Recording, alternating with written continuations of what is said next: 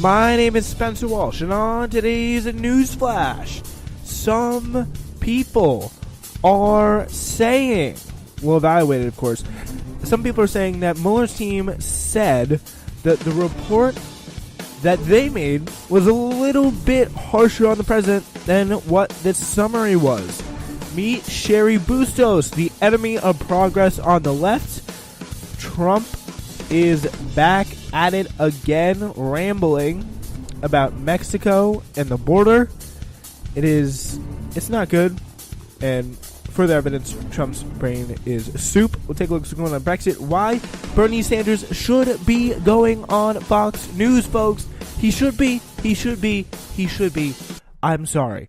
It's that simple. I mean, a lot of lefties are getting mad at this, as well as some liberals as well, some centrist people. But I think he should be going on Fox News, that's for sure. All right. But first, we start at the top with the big news of the day, as some people right now on Robert Mueller's team are saying the report is more damaging. The Mueller report, his report that he made, was more damaging than what Barr revealed. So let's find out more about this here in the New York Times. Some of Robert Mueller's investigators have told associates that Attorney General William Barr failed to adequately portray the findings of their inquiry, and that they were more troubling for President Trump than Barr indicated, according to government officials and others familiar with the simmering frustrations. But here's the thing. Even if that's true, right, he still gets off on collusion. And still no obstruction, no clear obstruction charge, which is kind of stupid if you ask me. Why didn't he could just decide on it? At least he decided on the collusion thing. Like, that's somewhat respectable. But, dude, you gotta get some sort of at least deliberation on the whole collusion issue, because that's, or at least the whole obstruction issue. That's one of the points you were put in there to do. But anyway, the point is he still gets off on no collusion. He can still say no collusion. I mean, unless you really, really misrepresent the board, which I don't think he did. But I mean, it's very hard to distill a 400-page report down to, what was it, like 4 pages? So it's going to be pretty tough. And it's interesting, by the way, how it's going to 300 to 400 to 500 next day. Who knows? But yeah, it's somewhere around like 350 plus odd pages, based on what I've been hearing. And what's really at stake in this dispute is the first evidence of tension between Barr and the special counsel's office. And it's who shakes the public's initial understanding of one of the most consequential government investigations in American history. It's going to be a big deal. Talked about this morning on the Wake Up. And Barr has said he will move to quickly release the nearly 400-page report and time to scrub out some of the confidential information. Barr was also very wary of departing from Justice Department practice not to disclose derogatory details in closing an investigation, according to 2 government officials familiar with Barr's thinking. They pointed to the decision by Comey to harshly criticize Clinton in 2016. We know that was a big deal. And the officials and others interviewed declined to flesh out why some of the special counsel's investigators viewed their findings as potentially more damaging for the president than Barr explained. Although the report is believed to examine, which, by the way, some people say, well, it's BS, but I think that definitely makes sense, because they're Mueller's friends, want to protect his classified information. They worked on the investigation with him. They want to make sure that, like, he's doing what he should be doing, pretty much. So it was unclear, again, how much discussion Mueller and his investigators had with senior Justice Department officials about how the findings would be made public. And again, depending on how true this is, and the fact that, I mean, I'm not saying it's completely false. I'm not saying that there aren't people saying this, but is it the reality of the situation? Is it just 3 aides who want to get on the news saying this? We don't know. But it'll be interesting to find out in a few weeks, which is supposedly when this new report's going to come out. And that could be very, very disturbing. Like, if there's more to this, it could be very disturbing for Trump. It could be very disturbing for people who have taken a little bit of victory lap of this on Twitter. But it'll be very interesting to see what was more damaging. And I mean, it's going to be very interesting to see as well who's proven right, kind of on the liberal side. People who say, okay, we should focus on other things as well as just Russia, but people say who know Russia's a really big deal, and people like Rachel Maddow. And I know Glenn Bradford, we've had him on the show the day the Mueller report came out, and we found out there would be no collusion, and he said that we're going to see more damaging stuff from this. And he's so far looks to be proven somewhat right based on this new reporting here from the New York Times. And it'll be very, very interesting. I don't know some of our other correspondents like James Stanley think, but we don't know. We don't know. So it's going to be a thing worth looking into for sure. All right, so we turn our attention now back to this. We'll go back to the story here. So it is unclear how much discussion they had. It's also unclear how widespread this important thing, how widespread this vexation is between Mueller's team, which included 19 lawyers, 40 FBI agents, and other personnel. 19 angry Democrats, as Trump likes to say. At the same time, Barr and his advisors have expressed their own frustrations about Mueller and his team, and this is kind of where I have to agree with him. Barr and his other Justice Department officials believe the special counsel's investigation fell short of their task by declining to decide whether Trump illegally obstructed the inquiry. And they spent millions of dollars in 2 years of the public's time on this, and you can't get me a finding on obstruction. Come on. And you're going to leave it up to this political hack, William Barr, who was appointed by Trump specifically. We know what he believes about the Mueller investigation. We know what he believes about the Mueller investigation. He said it time and time again when he was trying to posture Trump. He said, okay, we're not going to be talking about this Mueller investigation. It's stupid. It's stupid. That's what he said. I don't forget the exact quote, but he was very anti-finishing the Mueller investigation.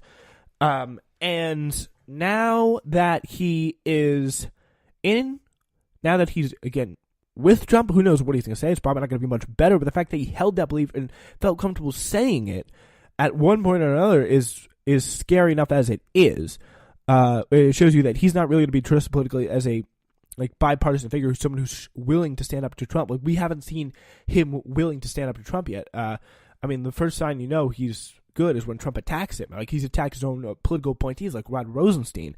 He's sicked the whole Republican Party on Rod Rosenstein. So that's how you know he's not going to be too bad. He's done the same thing for Jeff Sessions and others in this investigation, this kind of wrapped up probe. So, and it's going to be very interesting to see how William Barr handles this, and can we trust him to handle this? Which I say, we gotta wait. But let's see what Barr's concerns are. He said he fell short of the task, but I think he does have to. You spent 2 years on this, and why would you just leave it up to William Barr? I just don't get why you would possibly think it'd be a good idea to leave it up to William Barr. And that's what I always say about Mueller. He is he's a rule follower. He's not going to make any moves he's pretty much the opposite of James Comey. That's how I'm going to say. He's the opposite of James Comey. He's not going to do a big thing to make a name for himself. And he's going to say, he's not going to be like, I'm doing this because I believe that this is this way and this is that way. I'm going to do this because that's the way it should be, and that's what I guess. That's it. I'm doing what I'm supposed to do. There's no other broader purpose. But sometimes it actually helps to look beyond the broader purpose and say, I shouldn't entrust the collusion verdict to these people. I've been appointed. I have broad faith and support. Why don't I actually finish this off myself based on what I think? Give your own recommendation. I think that would be very important. At least give your own recommendation about what you possibly want to believe. Lead the people in the direction. The investigators should lead the Attorney General in the right direction, in my opinion. That's just the way it should work. Yeah, and that's my take on that. Call it hot take if you want. But yeah, representatives of the Justice Department and the special counsel declined to comment, of course. And a debate over the special counsel's conclusions, of course, have been represented pretty well in public in recent weeks between Democrats and some on the left as well, and Republicans who are saying, "Oh, well, this clears him. This is it." But then, of course, people have been like, "He's misrepresenting the Mueller report." Barr is, and now we're seeing that some people in the Mueller report, according to this new reporting, which don't know how credible or how widespread this could be, that assertion is being challenged. That Barr would never misrepresent the Mueller report because Mueller would come out and stop him. So, yeah, that's what we know on this. It's not huge news. I wouldn't be freaking out over it, but it either confirms what you believe for a long time, or is something you want to take under consideration. For me, it's something you want to take under consideration.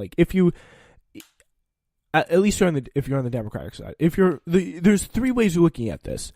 If you're a right winger of any stripe, you're saying, oh, BS New York Times, just Mueller and his Democratic team again. But if you're looking at this kind of from a more like rational perspective, no, I shouldn't say rational, but that's a little partisan to me. But whatever.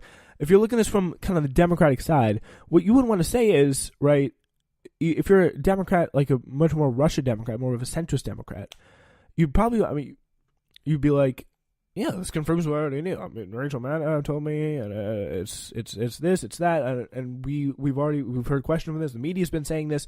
They've been hinting at it ever since the Mueller report came out.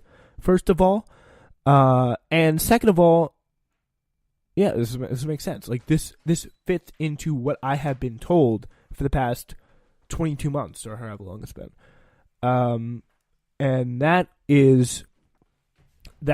what's really at play. So if you're on the left wing and kind of been more like the if you know the Russia skeptics on the left, you say, I don't know, this could be interesting if he actually did misrepresent the Mueller report. But this is kind of the position where I follow. I'm a little bit more of Russia skeptic on the left, a Russiagate skeptic. I gotta say, okay, this is reporting from New York Times. I mean, we gotta take it in consideration, but we also have to look at it in a questionable perspective. We can't be like, oh, well, misrepresent the report. That's great. We gotta be like, okay, did he? Why?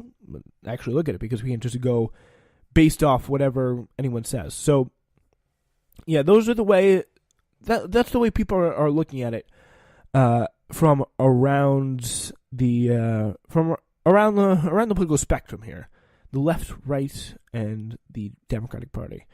So yeah, that's what we got on the Mueller side. But I want to turn your attention now to Cheri Bustos. Cheri Bustos, she's the chairwoman of the DCCC, and Cheri Bustos, as she likes to say, she's not afraid of the insurgent left.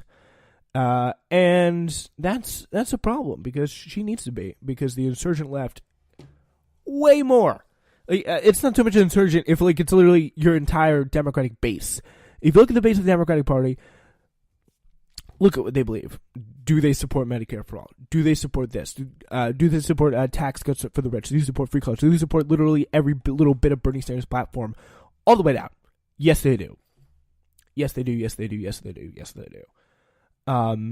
And that shows you that the insurgent left is not so much insurgent, it's a major part of the Democratic Party, because a lot of the Democratic base, people who register to vote as Democratic voters, because people actually vote in the primary, and it's a different thing. Saying you're a Democrat, saying you ally with Trump, but actually being part of the Democratic voter base, they're with Bernie Sanders on that stuff, and that's an important point to remember. It's an important point to underscore.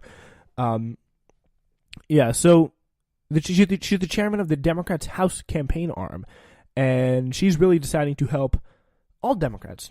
If you're running the Democratic Party, it doesn't matter. No, just kidding. She's very much for the establishment Democrats, the Joe Crowleys of the world, the Nancy Pelosi's of the world, the people who lost to Donald Trump, pretty much, who organized the Democratic Party, who lost to Donald Trump. She's very much into helping those people. She's had a public spat with progressives over the past week and a half. She's the Midwestern moderate, the John Hickenlooper, Howard Schultz type. She's refusing to budge despite drawing ire from prominent progressives like AOC, who's encouraged her millions of followers to halt donations to the campaign committee in retaliation. That's what you should do. By the way, if you want to see real change in the Democratic Party, I would say this as literally a plea, like attention, people. Do not donate. Let me repeat. Do not donate to the DCCC, the DNC, because they all, until further notice, they stink. As long as Cheri Bustos is ahead of the DCCC, don't donate. Donate to your favorite progressive candidates through Act Blue. That's it. Through Act Blue, that's it. All right, so, yeah.